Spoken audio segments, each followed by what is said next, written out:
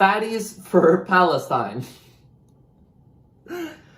What do you mean by fatties? I mean literal fat people who wear shirts that says Fatties for a free Palestine.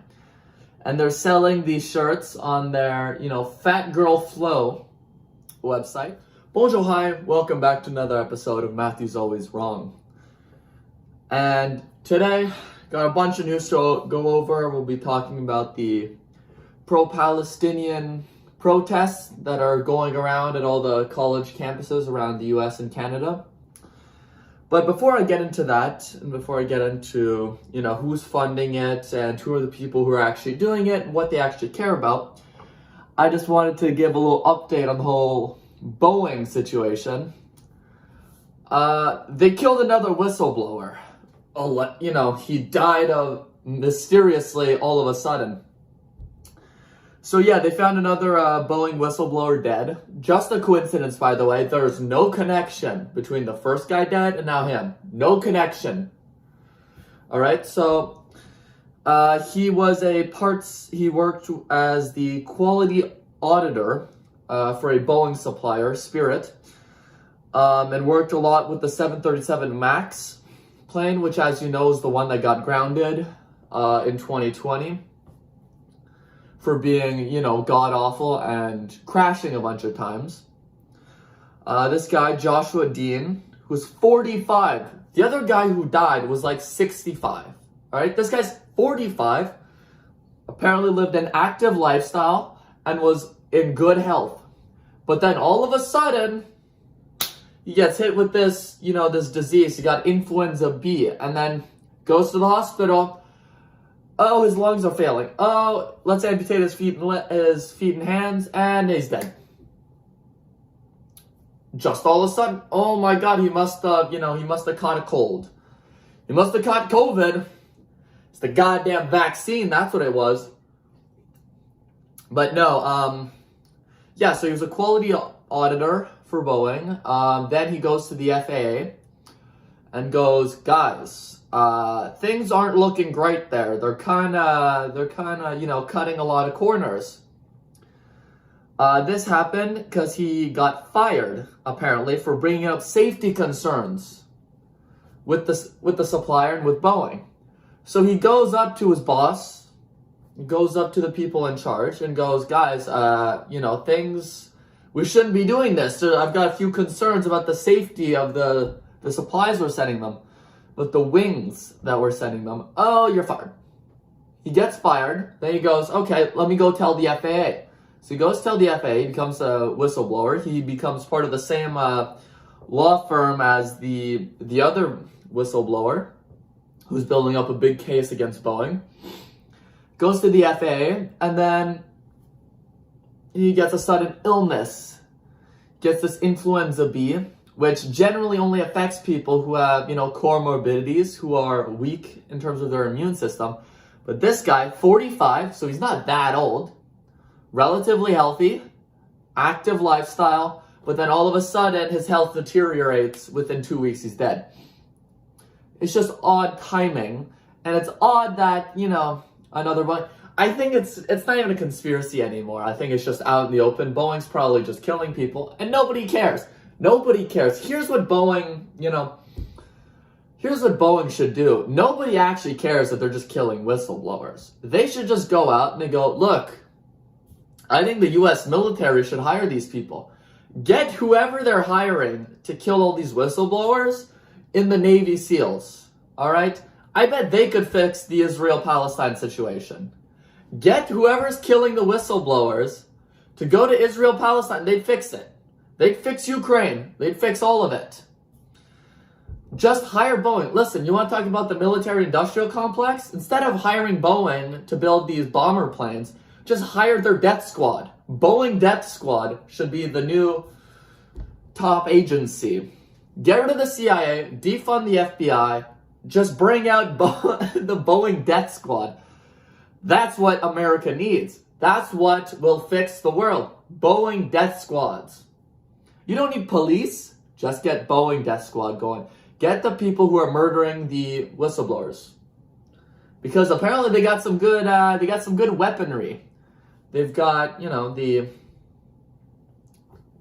first guy commits a suicide after being asked to stay an extra day at the hotel where he is supposedly interviewing, talking about his whistleblower, and then he just dies. Oh, he just committed suicide in his car because he was very mentally ill. And then this guy, he was out jogging probably, and then they just came up to him. They got him. They got him. Who's next? I can't wait. I'm going to give it 3 more weeks. They'll kill another one. Another whistleblower will mysteriously disappear. I'm calling it right now. I'm calling it here right now.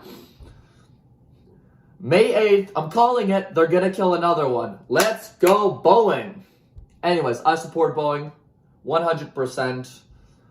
Boeing, do your shit. Stop building airplanes. Stop pretending like you build airplanes. Just give it all to Airbus. Sell your entire airplane division to Airbus and just become a hired assassin group. Just become a bunch of mercenaries who go out, contract kill a bunch of people. Drop these guys in the Middle East. Iran will be taken down within 2 weeks. That's real. But yeah, it is quite concerning that, they're being killed. It's not a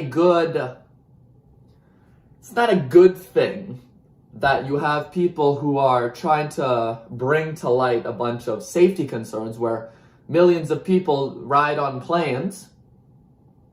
It's a massive industry, and people take planes all the time, and we're being told that planes are the safest, but then, they're cutting corners. They're going, we need to produce faster, we need to produce cheaper. We don't need to do safety. We don't need to do safety checks, we don't need to do safety audits. Now the FAA's got to get involved, and they'll probably get slapped with a fine, and then they'll keep doing it. So, kudos to Boeing. Keep killing these people. It's going to be great. But now I want to get into the main stories of today, which is basically, as you know, it's been covered by the media extensively. There's these Pro Palestine rallies that are going on, these protests going on all around college campuses in the US and also in Canada now, which is spreading. And it's very interesting because you've got a mix of all these people who have, different ideologies, but all converge into this one single group of people who are fighting against oppression. So you've got obviously your Muslims who genuinely just hate the Jews. Right? You've got these people who are anti-Israel, anti-Zionists. They go, river to the sea, Palestine will be free. They go, kill all Zionists, kill all Jews. Right? And then you've got all the people who supported BLM, the mask wearers, the fat libtards, right? The fat liberal women, the emasculated liberal men, these soy boy cucks. And then you've got a lot of these communists that are going, people who have got these Marxist ideologies. And it's all these people who are grouping together to join forces to fight what they think is oppression. One side, you've got people who genuinely hate Jews. On the other side, you've got people who are just, quote-unquote, fighting oppression. Right? And they're all coming together. They're doing these encampments. They're closing off university colleges, and then they start crying when the college just cancel their graduations, or they get suspended and they can't finish their schooling. Well, what do you think was going to happen? Then on the other side, you've got all these pro-Israel protesters. And just recently, there was a lot in the conservative movement, people praising these frat boys for going up, standing up against these pro-Palestinian protesters and putting up the American flag and, fighting against all these so-called white boy frat bros. All these frat bros fighting against all the libtards. The only problem was that a lot of these people were Jewish. A lot of these frat bros were Jewish. And in all the media, what they don't show is that besides the one American flag, it was all surrounded by Israeli flags. So on one side, you definitely have just pro-Israeli supporters with very minimal amount of just normal people. Almost all of these bros are Jewish. Almost everyone who's protesting against the Palestinian protesters are Jewish, while a lot of the Pro Palestine supporters aren't all Muslims. There are a lot of Muslims, but it's not all of them, and it's a lot smaller percentage and proportion-wise than on the Israeli side. When you ask a normal person, a normal Canadian, a normal American, most people don't give a shit. Most people don't actually care what's going on in Israel, what's going on in Gaza. They don't really care. The media is, it's perpetrating this idea, it's a genocide, or they're going, it's not a genocide. You've got all these woke-tards attacking Israel and just hating all the Jews. Which, sure, to be fair, is true, but again, when you've got a lot of the media who support one thing, you've got all these people supporting the other, the government supporting a lot of Israelis. So that's essentially the situation. You've got this melting pot of Muslims, of anti-American, you're a colonizer. Basically, they just want to see the empire burn. They want to see these Western European countries, these countries who, apparently are systemically racist and systemically oppressive, be toppled down. Then you've got people who genuinely want to see the destruction of Israel. You want to see the people who, they want to bring communism. They hate capitalism. And again, by the way, in a lot of these American universities where it's happening are these massively expensive, super top, quote-unquote, top-tier Ivy League schools where people are paying 50, 60, 100,000 a year to go and get a liberal arts degree, to get a PhD in Marxist values on the Roman Empire. These people, and then they're going to be the ones who are not only complaining about the student loans, but then those are going to be the people who are not going to get real jobs. There's no point in paying 100,000 a year for you to end up working as a barista anyways. What's your liberal arts major gonna work when they're done college? They're gonna work a shitty minimum wage job, middle management job maybe, or they're gonna keep going into the education system, just keep basically rolling up all their degrees, all their credits, so that at some point they can just start teaching the class. It's just a big pyramid scheme, it's just a Ponzi scheme. No, you look at the protesters, not all of them are going to be doctors and engineers. It's these people who are, you look at where the woke-tards are, what are they studying? What are the libtards studying? The people with blue hair, the people with these communist ideas. Yeah, they're studying art history, political science, communications major. These things aren't real. These are just made-up courses to rack in money from the universities. They're just making bank off of all these mentally ill people.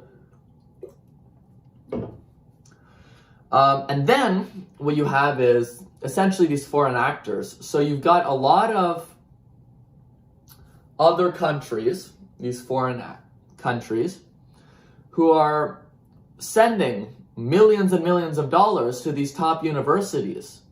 It's just odd that there's such a grouping of these types of institutions that are being funded by a lot of Middle Eastern countries. So I pulled up the stats since 2012, quote-unquote gifts for American universities from foreign countries since 2012, okay? Number one, Qatar, $3.2 billion. China, $1.7 billion. Saudi Arabia, $1.4 billion. And the list keeps going. The UAE, Kuwait, Russia, hundreds of millions of dollars. Turkey, Iraq, Lebanon, Pakistan, Venezuela, Syria, even Palestine. The Palestinian Authority sent $1 million over 12 years to these American universities. So these American universities are getting large amounts of funding from these countries. Then they also get a bunch of funding from these, these leftist billionaires, these leftist super PACs, these leftist organizations which want to sow more leftist ideologies. Like when you're looking at all the pro-Palestine protests right now, who are they being funded by? Turns out George Soros, the leftist Jewish billionaire, is sending a lot of money through him, through the Rockefeller Foundations. They're sending monies to a bunch of these NGOs who are then funding a lot of the tents and all of the supplies for these pro-Palestine supporters. Why are they doing this? Well, you know, George Soros, he wants to see more conflict. He wants to see more polarization. But then you'd be thinking, why would this Jewish billionaire be sending money to pro-Palestinian supporters who want to see the downfall of Israel? Well, if you look at it, think about it. If you've got a bunch of woke tards, a bunch of libtards protesting, causing disruptions, a lot of Muslims and a lot of Islamists who are against America, who are against Israel, you have all these people protesting, causing a bunch of issues. Then you've got the media and a bunch of politicians looking to crack down on all of these things. The average person, especially on the right, are going to be activated. You're going to activate by doing all this conflict, by polarizing all these people, by inciting all this violence, or so-called violence. You're going to be activating the right, who looks down already on these people who are supposed to be these intellectual people, these educated elites. And they're going to be looking down on them and go, you know what? All these people hate America, they hate Canada, and they don't align with our views. It just so happens that their views are also hating Israel. So by activating the conservatives and activating the right to attack these people, they're helping the Israeli movement. They're helping strengthen Israel's hold over the Palestinians. They're helping strengthen the genocide, you know? And maybe it is a genocide, maybe it's not, but that's just one reason. George Soros, who has been donating to Biden, he's donated hundreds of millions of dollars to these leftist organizations. The Rockefeller Center too. So they're all funding these things, not only to create more divide, especially right before an election, but also to incite all this violence, incite all this hatred, to activate a large group of people, especially conservatives, so that they end up aligning with their views just by accident. Because, you know, the media is making it seem like this is just some big grassroots moment. Students are finally taking power, they're taking accountability and fighting oppression. When really it's these billionaires who are just sending money, you know, they're getting the ball rolling and they're helping these people start it.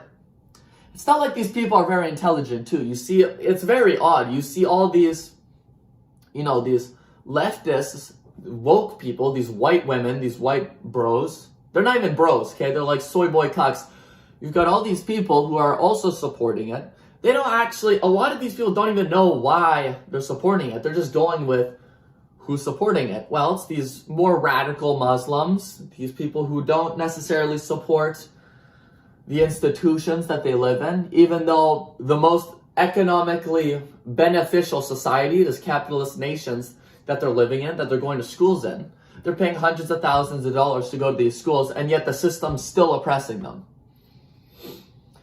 And then they're able to turn all these atheists to come and support them through Islamic prayer, through converting them to more Muslim ideologies, to shift them towards the movement.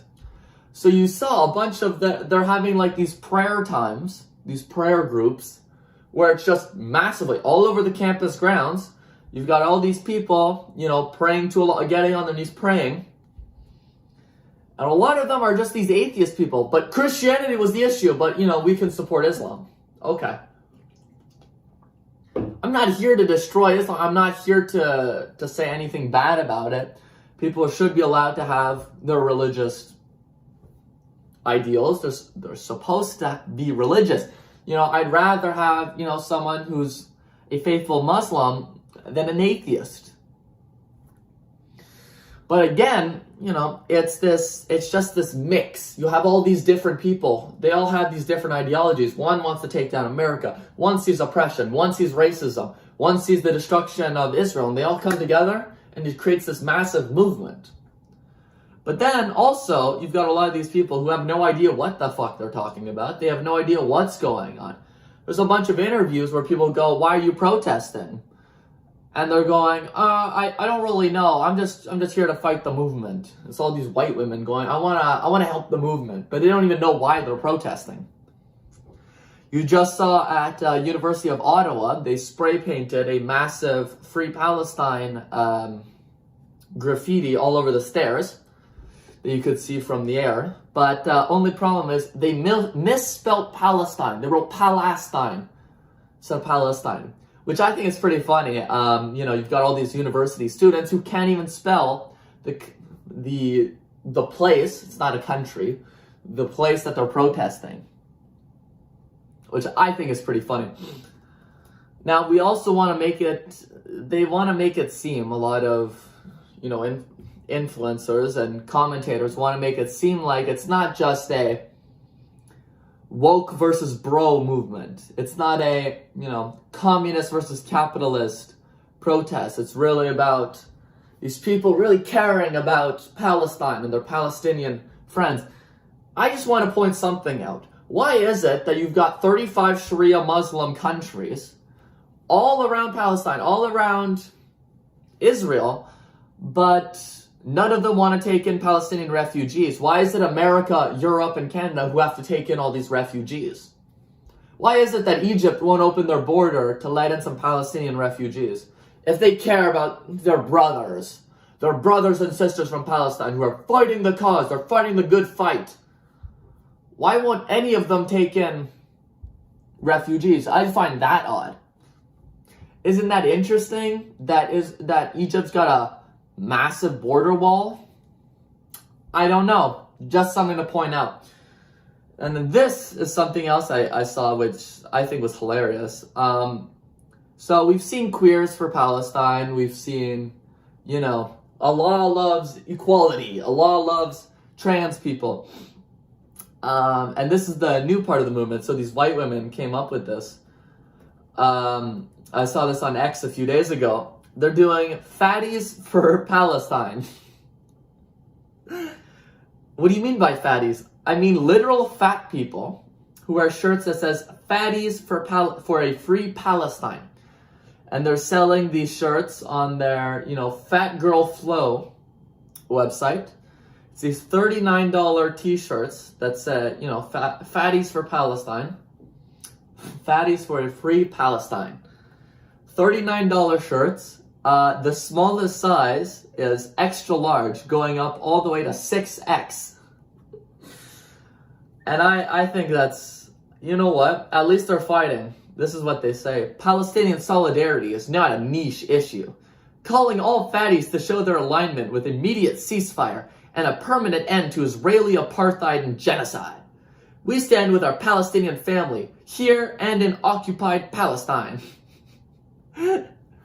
Oh, I love this.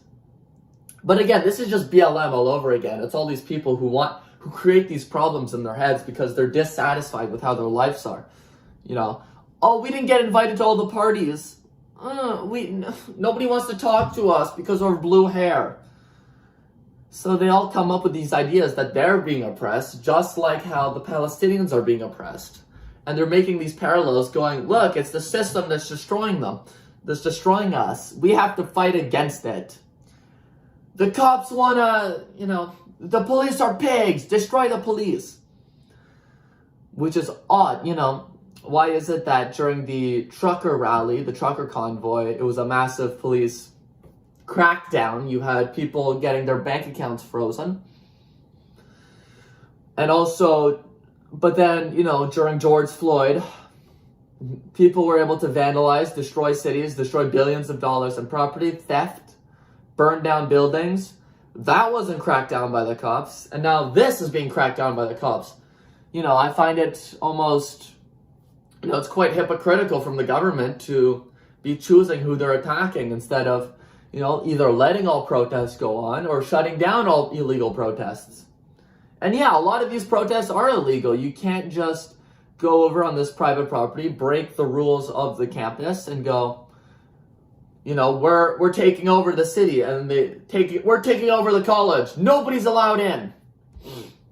There are some rules that you got to follow. You got to make your protest legal. You can protest. You got to make demonstrations, and there are legal ways to do it. But fully taking over a college campus, fully closing it off to anyone, not allowing, the faculty to go in, it's not legal.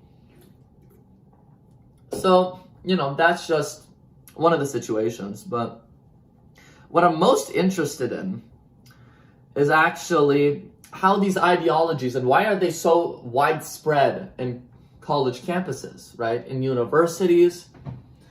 Why are so many of these universities and colleges such leftist strongholds?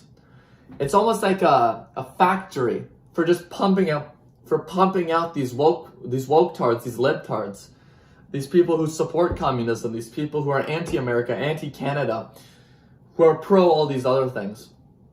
And it's very interesting. Even in the most, conservative places, in the most Republican states, conservative provinces, you'll see that there's a very strong concentration, usually within cities, usually within urban areas, but mostly within college towns, within these college campuses that are massively leftist, that are super anti-government. They're not anti-government, they're just anti-capitalist government, they're anti-current government. Because essentially what they do is that, they'll fight for a movement, they'll fight for a cause, but then it never goes far enough. It never goes far enough. So now that's why you've got all these Palestinian protesters, they're shouting against Biden, who's a massively leftist candidate. They're shouting against Justin Trudeau, massively leftist candidate. So the left and all these movements always tend to eat their own. They tend to destroy their own because they don't really have this clear-cut message. They're like, we need change. And then you ask them what change you want. They'll go, we need socialism, we need communism, we need equality. And then you show them all these facts and they're like, no, that's because it wasn't implemented well. Communism was never done perfectly. Okay, but the imperfect versions of communism led to millions and millions of death, mass starvation in Russia, destruction of freedom of rights.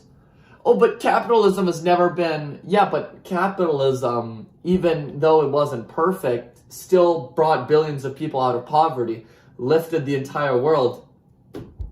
So these people, they don't have this clear-cut message that, what do they want to do when going forward? And what I found interesting is I found this quote, this interview from Yuri Bezmenov, who was a former KGB agent who then defected to Canada in the 1970s. And he does this interview in 1984, essentially talking about how the Soviet Union and the communists were going to be able to psyop the entire, the entire college campus system, all the college elites, into bringing in these leftist ideologies, which will then lead to the destruction of America. And he calls this ideological subversion. It's basically a massive psyop. And how does it work? Well, he shows the 3 steps and how it works. The first step, he calls it demoralizing. He says this thing takes around 15, 20 years.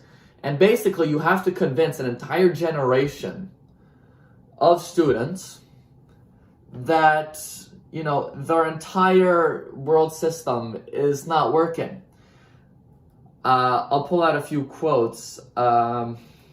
He goes, demoralization, it's a long game that takes decades to achieve, but we already may be bearing fruits.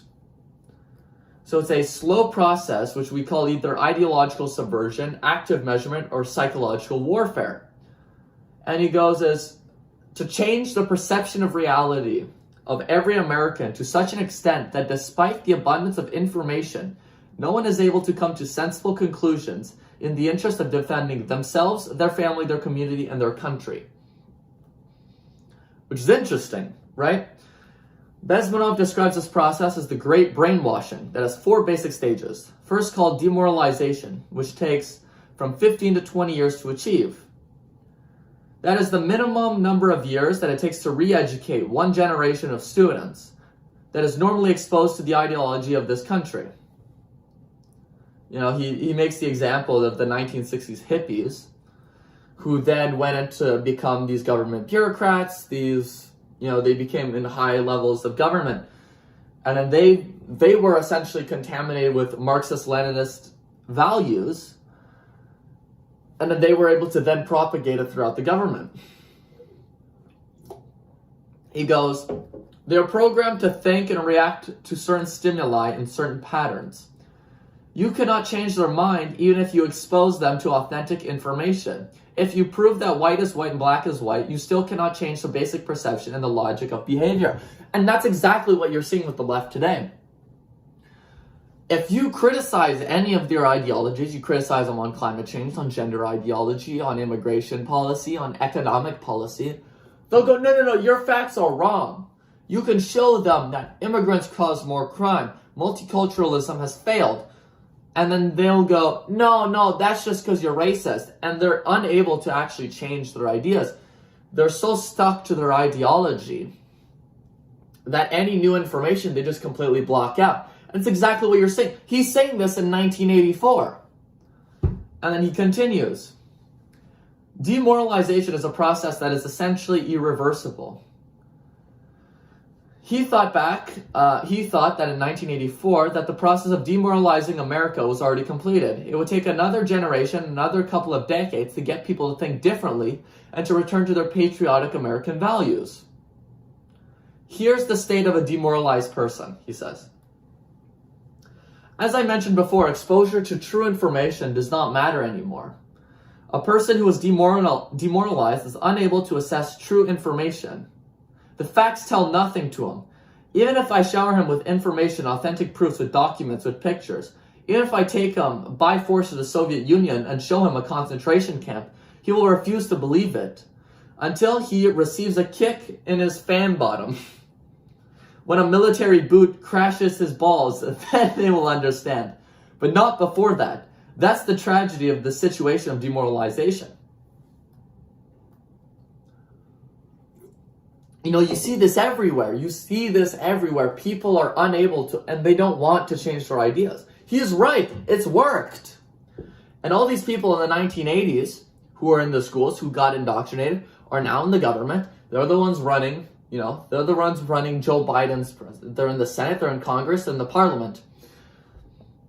You've got all these people who were trained to believe these leftist ideologies. And that's why liberalism, this is why these Democrats, the liberals, have been in power for so long in recent history. Then he talks about the second stage. This is called destabilization. This takes roughly 2 to 5 years instead. It's a shorter period. And what matters is targeting essential structural elements of the nation: economy, foreign relations, and defense system. Basically, the subverter, in this case would have been the Soviet Union, would look to destabilize every one of those areas in the United States, considerably weakening it. That's what you're seeing with DEI policies. That's what you're seeing with underfunding. You want to talk about big brother in the government just keeps expanding. The government gets bigger and bigger. They control more and more of the economy. The free market becomes less and less strong. It makes the economy weaker. It shows a more stagnant economy, one with lower economic growth. Then you also look at defense. It's very odd that you have all these trans army generals in the army. At first it was, don't say gay. It wasn't, as long as you didn't say anything that in the military, as long as you didn't say you were gay in the military, you'd be accepted. Then it moved forward. We need to recruit more gays. We need to recruit more trans. We need to recruit more minorities into the military. Then it became, let's promote all of the transgender military generals. Let's put them at the top positions of American, the American military, one of the strongest militaries on the world, so-called. Then you talk about how you have, all these institutions where a lot of our military in Canada is functionally useless. We can't use half of our planes. We can't use, in America, half of the F-13s or F-35s are useless. They can't even operate right now. So it's weakening all these institutions, right? And then he introduces the third stage, crisis. It would take only up to 6 weeks to send a country into a crisis. COVID, what? The crisis would bring a violent change of power, structure, and economy. Do you not see the parallels? He was saying this in 1984. This is what we've just lived through. The past 10 years is exactly what he's been saying. He put out the blueprint. It's working. They're winning. And it's not the Soviet Union anymore. It's probably China. It's probably these Middle Eastern countries through funding and it's all these leftist billionaires, these globalists, these countries that are not, these institutions that have not been democratically elected. Who elected Klaus Schwab for the World Economic Forum? Why is he dictating so much of countries' policies? Isn't that odd?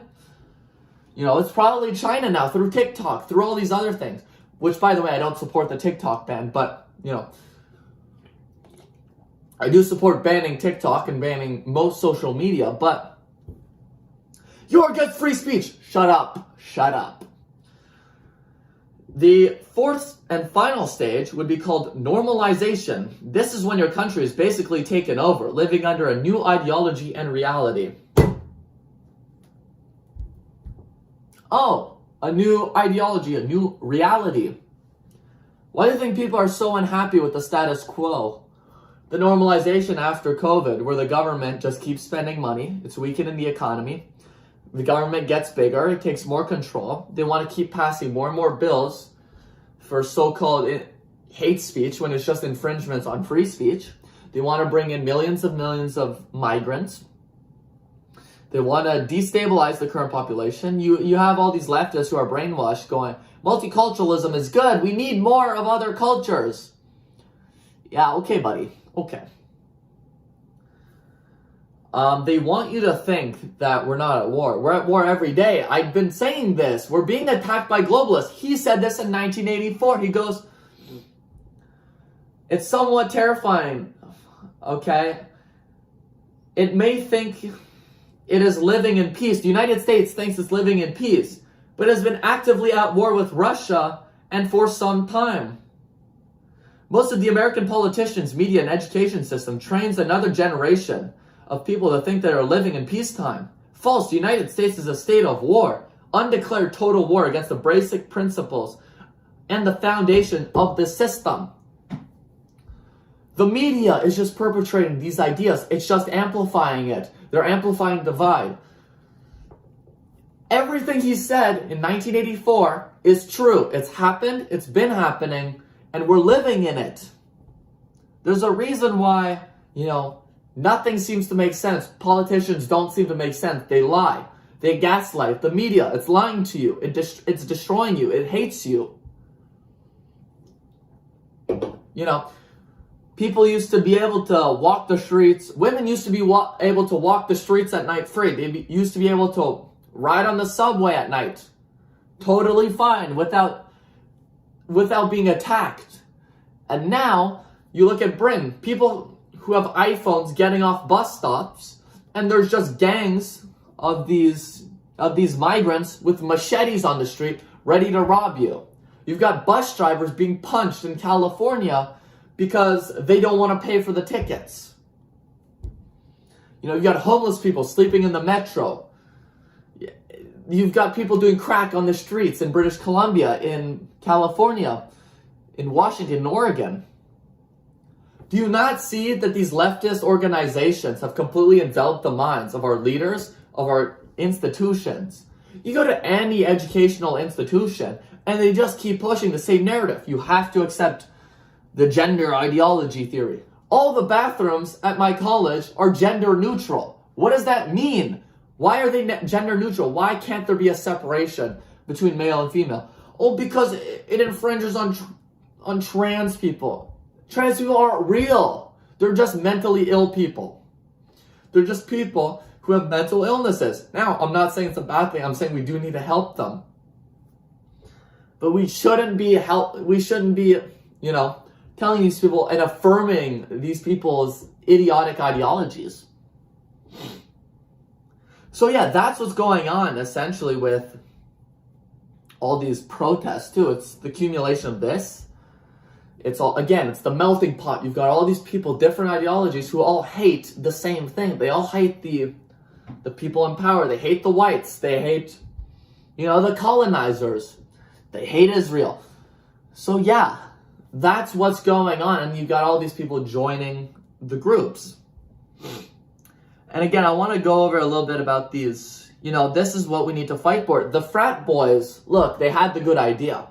At first, when you just look at it on the surface, it looks like you've got these American capitalists, these real bros, these who all look white, versus all these leftards and these Islamists